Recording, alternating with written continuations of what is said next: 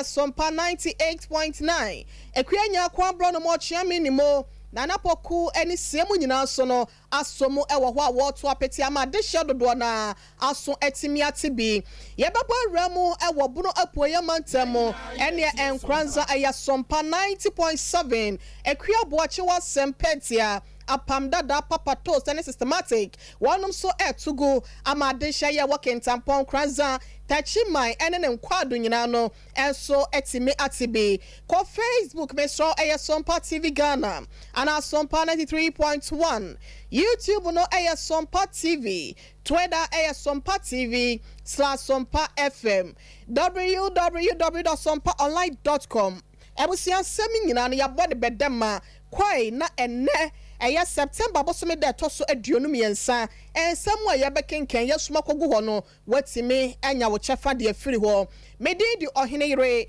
maame ekua yeboa esiama fe yanje brani adaje na ensam ni kire mu nyina no yentimi empese mo emfa emaun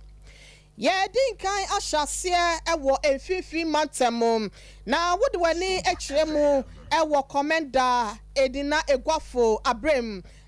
NDC amanyoko ye no ewo empesua no so a don frafo edema ema no eye maame ye friend Vivian wono so akwaye adoye bi ne nyina ne se nyankopon adaroma watimi ede afe akane fie ho na esansa wan peso no nko abeji nani se de atresem na kasa wa waji wani no ene ani afoforo emomonje obi nso rehwa na ne na bom na modi arehwo ni nteno wanam san yoye so ene asempa we se so edna ni akiremo ewo ankafo prison akwaye adoye nam so nteno maami edru ho no wode nsempi ya efutuo eka ho edema amansan nyina sei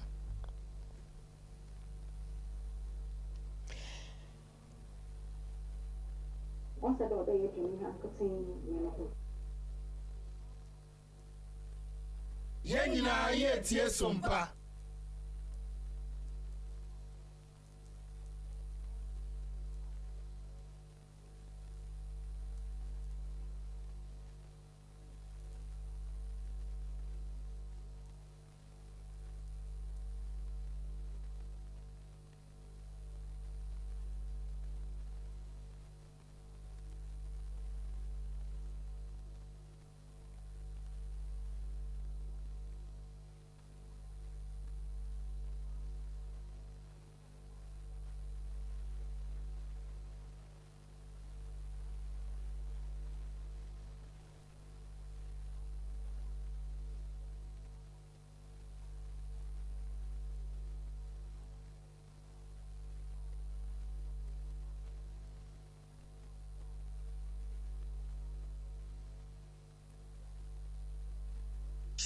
no kakra bia no onfa mbra na onfa mbobo ho na wonto mo fa nhwe he ni nuanom a wo prisons man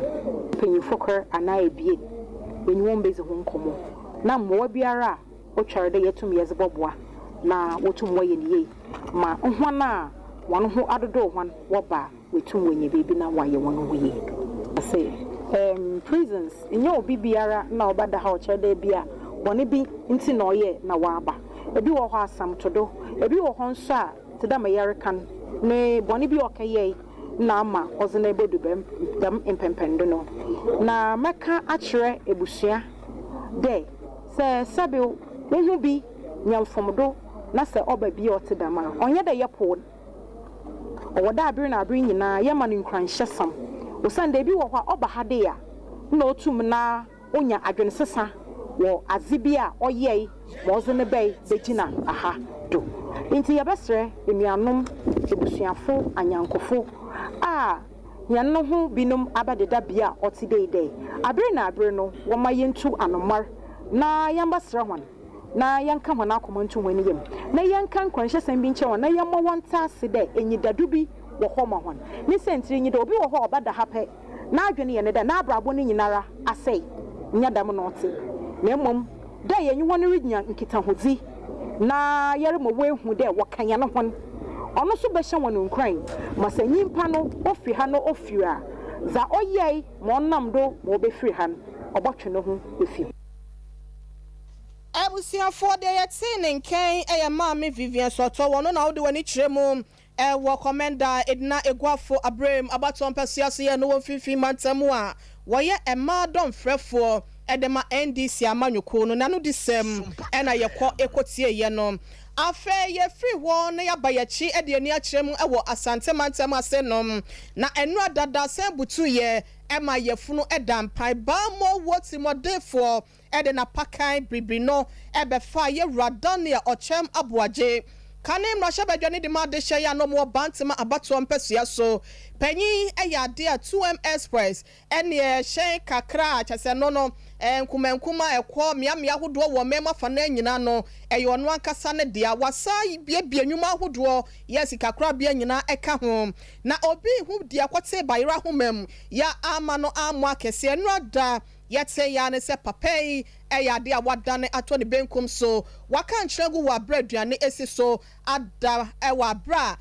ne tintim no oda ye no enema anhye dan koye nam so nti efredro na bepem na no pedie brisi ene kwabene na edi ehim ewo asante mantem aseni titru ene bantema abato mpesua so no onu agasa ne busuani ya was ene twetwero mucho baako asemi Sompa kase ete ye no yama ne boni kwa me redu ebo anan ekɔ ho a wane ne kwabo ankomo sɛ de ensem city na busua wodane ne nyina achi e de ma ye sei abeka you don't say be free to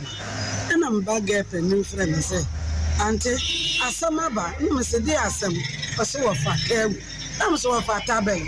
wo se MP na se jai na nyo no enti me metika mama dwuna maka na metimu na omo interview asenso boache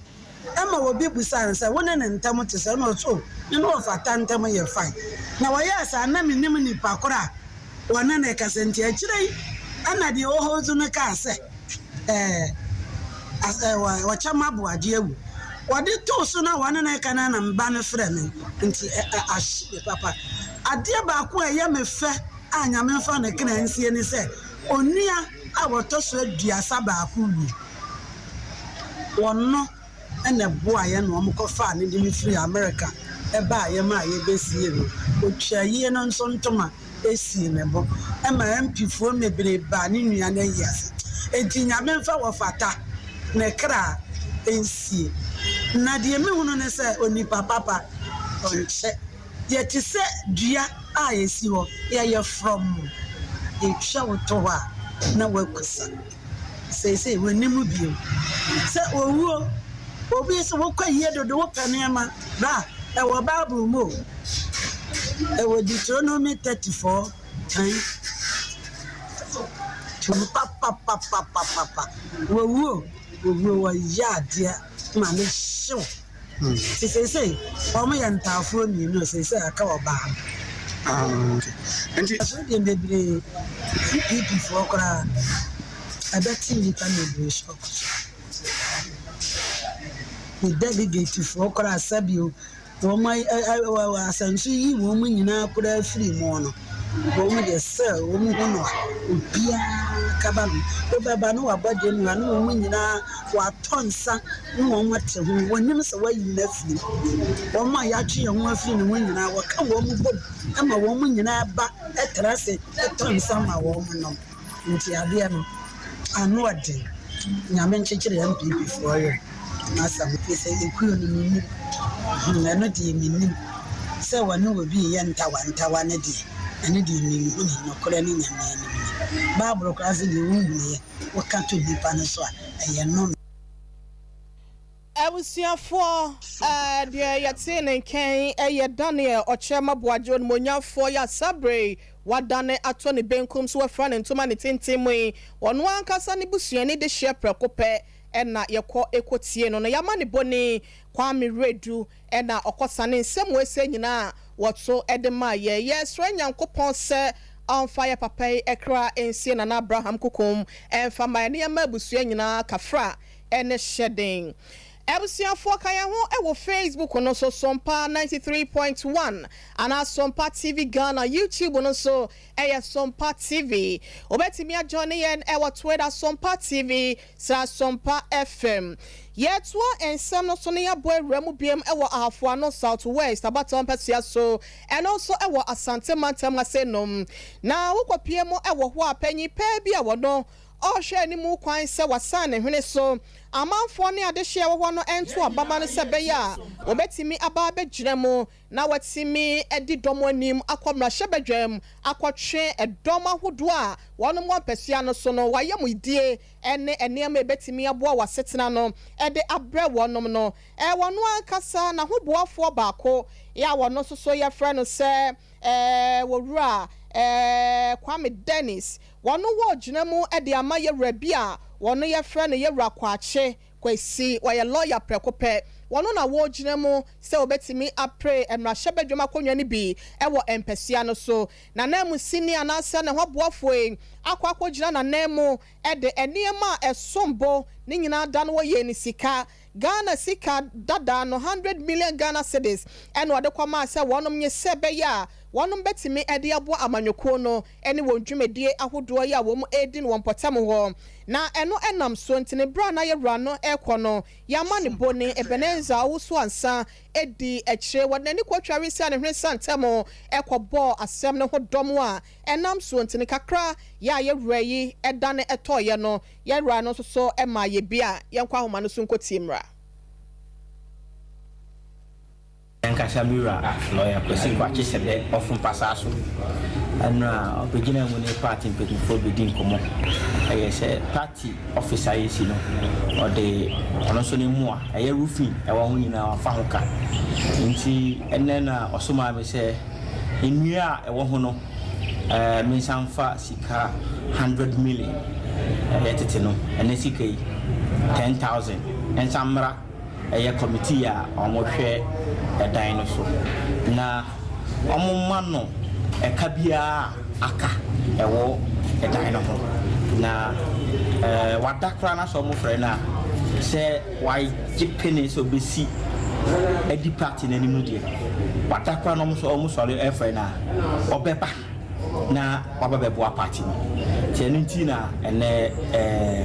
yede sika no ebre eye constituency executive se omonye na omonfa entoaso na de wonu bia no omoma na so enti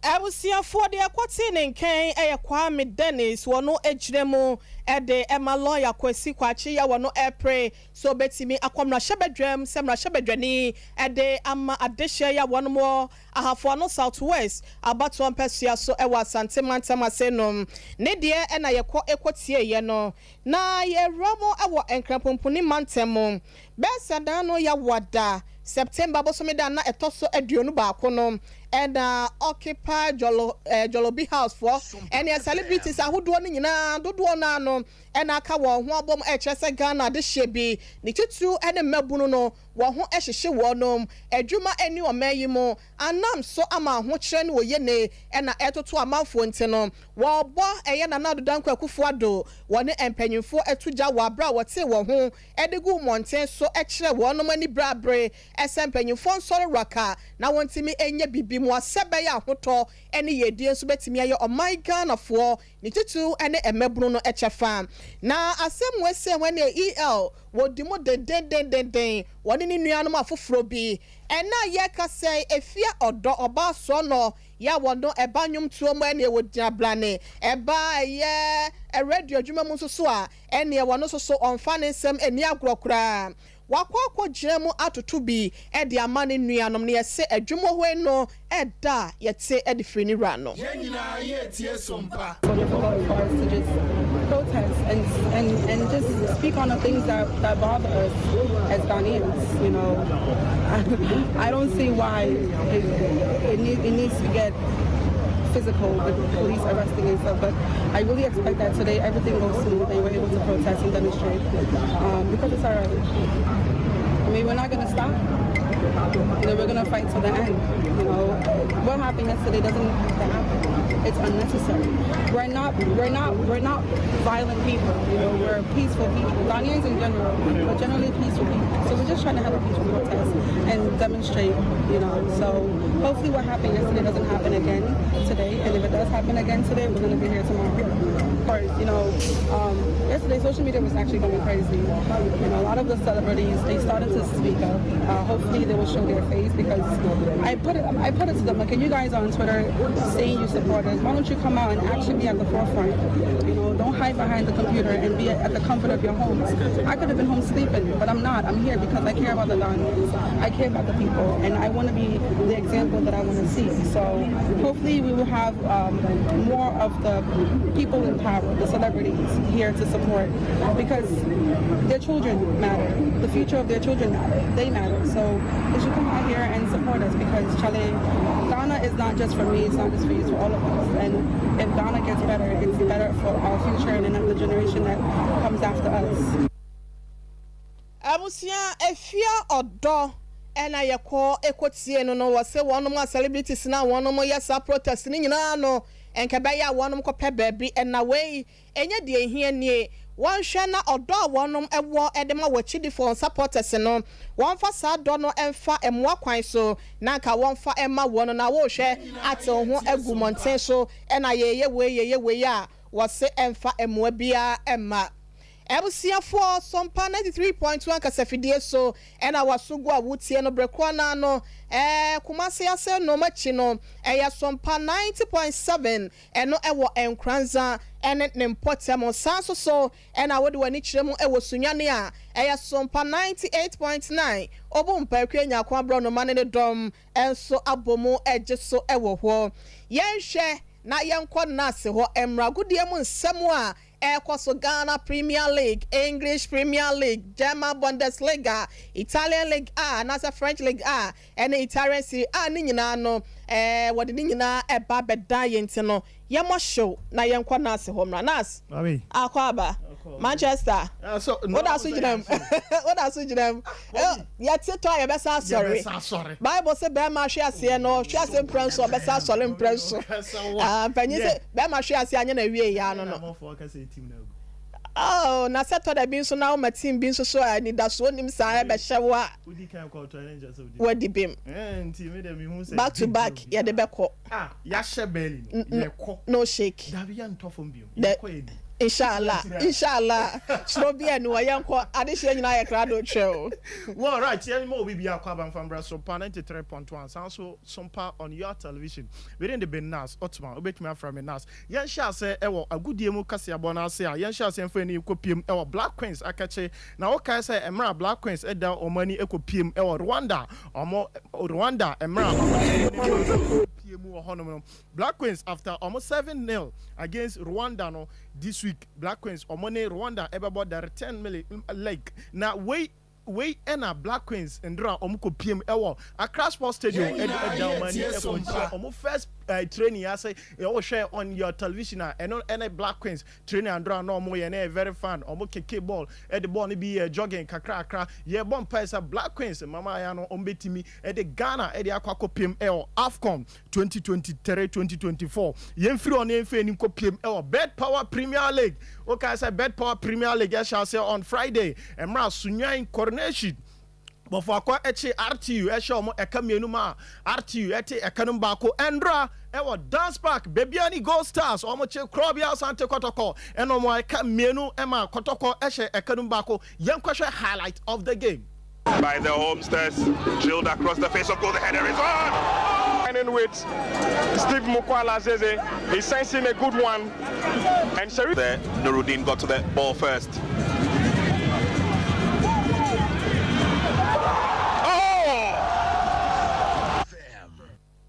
I word, look at that goal and look at that finish. Nah, very excited. Ewo, Bebiani Gold Stars. Now after the match, Coach Prosper Ogum was say, we're satisfied with the draw, with the lose, you know. We played well. We created a few chances. In the first half, I think they looked stronger, tougher, and harder on us. But then when we came in the second half, I think we looked more settled. We were able to connect our passes.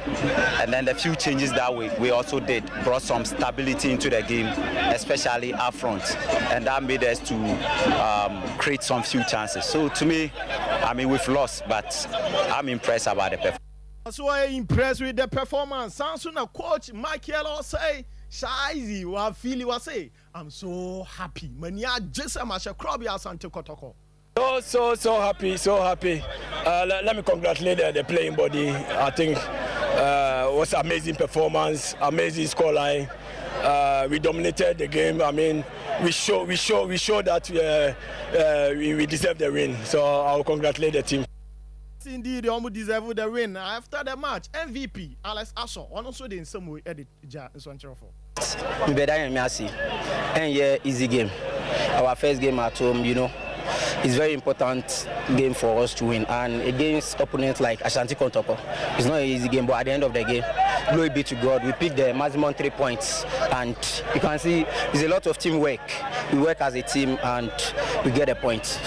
Yeah, it's true. We work as a team and then we get the results. And then matches are a bit toja. And then 3 p.m. pep sharp near Baby PM. Sompa all the matches you debate toja at the Amamo. Diana Stars on betina Domano money Mediama, the league champions at their pim. So sounds so now. Better United on money Dreams LC, Accra Lions on Monso and Great Olympics. House of folk after so first defeat ever. Red Tamal United RT, you know, this time I'm in Suatrama, I'm try so I'm take you first win. And then 3 p.m. Accra Sports Stadium, House of Folk, I'm in Suatrama, Sansuna, Kerala United, I'm in Brekum Chelsea, and the Besham, Ali Mama Sports Stadium, Tamale. After say Kerala, I'm Stadium Eco PMU, and also venue Eco PMU, Tamale, and Sansuna Nation FC, I'm in Samates, and the Empire Beja, Kwame Chase Sports Compress. And then Empire Belgium, yeah, free on Monefenim, Yanda and Inkopim, the English Premier League, a catching and matches be a toja. Now matches I told Johnny say, and a matches in the Equia.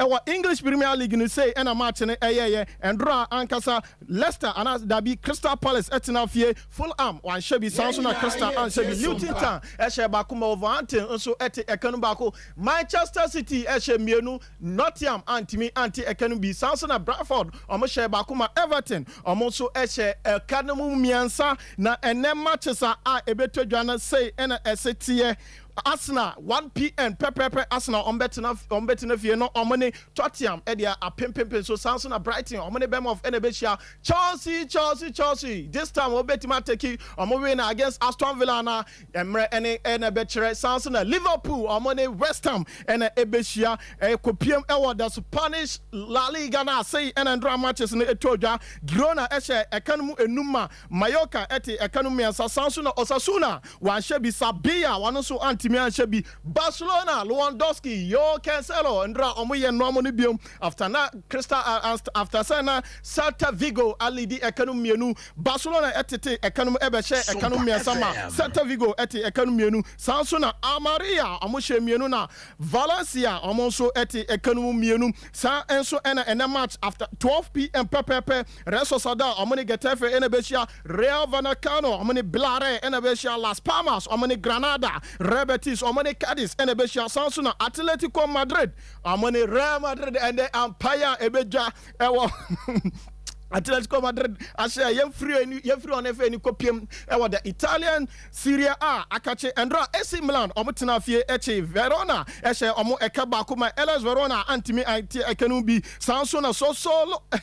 Juventus omutena fie Emma so solo eshe no eka enum baaku mienu miasa enai ema Juventus eti ekanu mienu Lazio omo share baako Sansona Monza nso eti ekanu baako ene match a ebeto dwane say ena setia Empoli ombetina fie 10:30 pepepe omo ne Inter Milan ene besia kan Sansona Atalanta omo ne Cagliari ene besia Udinese omo ne Fiorentina Bologna omo ne Napoli Torino omo ne Roma ene ebesia yenkopiem ewo the German Bundesliga say ene setia Andra Uzbek etina fiema Mens omoshia ekamienuma Mens eti ekenbako sanso na Bayern Munich inform Hurricane endra omoche bohum esha omo ekanmu baku mienu miensa enan enum ensia wotwe ema bohum antimi antibi sanso na Dortmund omoche Uzbek esha omo ekabako ma Uzbek antimi sanso na Leipzig etwa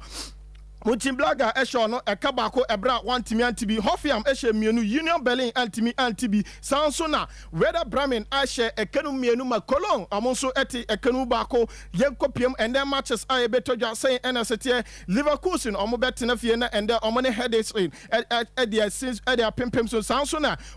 Entra Frankfurt omoni Uzbek and Ebeshia and the matches no sa and yemfree on efe ni kopiem ewo the French League ana say and matches no ebetoja Nens ombetina ndra Nens eshe ekanu 5 omoshe 5 ema Lorraine eshe ekanu miensa sanso na Brest eshe bako Lyon omo antibi and the match ebetoja a tough match the Paris Saint-Germain omode Olympic Marseille and edebe pimpim so emra abo ekanu emra 6:45 pepe and a match on ebetoja mommy Yena sena motene kana busia gudi emu nsem coach ko brema ma no de no mem hase no de no ena wa bonifo ede amaye no yena ya Asante ye bo Benedict ase Brahima wano so bo adwuma papa ochinchi fidie ni from ma mehwe MC aho ema social media handles ni nyina no wo twaye ede fa so ko ba jase sempremo bema wano so ena hwe ede ye ko Sompa TV ni so medidi ohene yire ma me akua ye bo asia ma ya damo ase akramo ema monitia ekronto ya sorry so amadwumedia aka no atoa so ede amamo ewo Sompa 93